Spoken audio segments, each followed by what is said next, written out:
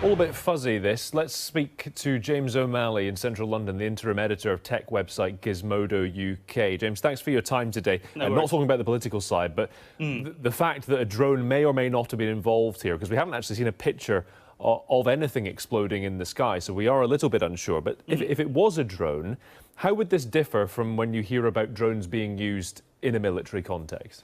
Yeah, well, so this drone in this attack, I presume, would be a consumer drone, so something that someone could buy from a shop. These are much less sophisticated than military drones, and these are really sort of remarkable technology. You know, we've seen them take off over the past few years, and these are, you know, small consumer devices. You can buy them for, you know, £100 for a fairly decent drone these days. And these, if you think about what a drone is, it's a device which can move in 3 dimensions in the air and can stay stable and can be finely controlled, which is why I think this attack is a bit scary and a bit interesting, because it's just surprising it hasn't been done before, I think, certainly outside of any war zone, because they're so manoeuvrable and can theoretically deliver a payload, to use very euphemistic terms. Yeah, if it is a consumer drone, is there a way that they can be detected? You know, obviously it was a military parade. Is there any sort of detection that could have happened?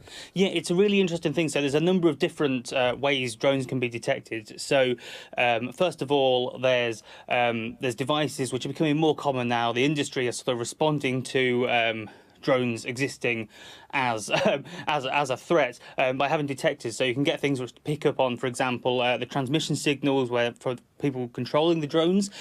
You can get things that will listen out for noise, and there's actually some really clever systems out there. One's called Drone DNA, which is made by a company called D-Drone, and what it does is it's a camera system. So it uses computer vision to look at a picture, just survey the sky, I guess, and what it can do, it can analyze the little black blobs that appear on the screen, and we'll try and figure out what make and model of drone that is.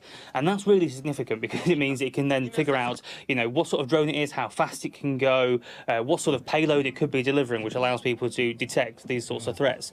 There's also, on the other side of things, drone manufacturers are becoming increasingly aware of the threats drones can pose, and are releasing basically software updates, because they're worried about being regulated. They don't want governments to say drones could be really dangerous.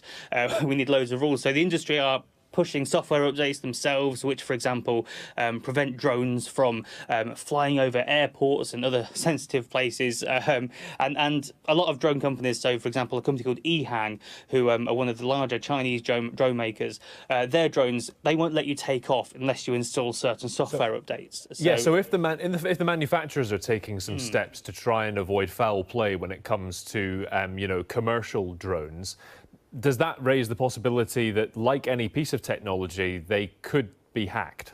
Yeah, that's the scary thing, because a drone ultimately is a flying computer system. Most drones will run something like Android or Linux, the same software that runs on millions and millions of phones around the world.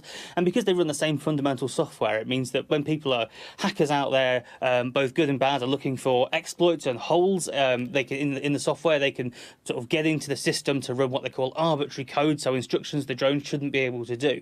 And there's already demonstration videos. If you put drone hacking into YouTube, you can watch these bafflingly technical demonstrations at hacking conferences of people who have managed to hack into drones. And what's a bit scary is all these first-generation drones, because remember, drones are really, really new. The sort of first generation of drones, before people started to clock on to security as being a concern, they don't have much security in them. So like they didn't have passwords, they didn't encrypt the data being sent. So it's really relatively straightforward. So it's a bit of an arms race between the manufacturers spotting holes in their drones and between you know, hackers who, there are good hackers out there who will tell the manufacturers when they find holes, because it becomes like a game. Often tech companies will put bounties and say, we'll give you a big cash reward if you find a hole in our software and report it to us before before doing anything bad with it. So there's a bit of an arms race there as well. So yeah, that is it is a concern.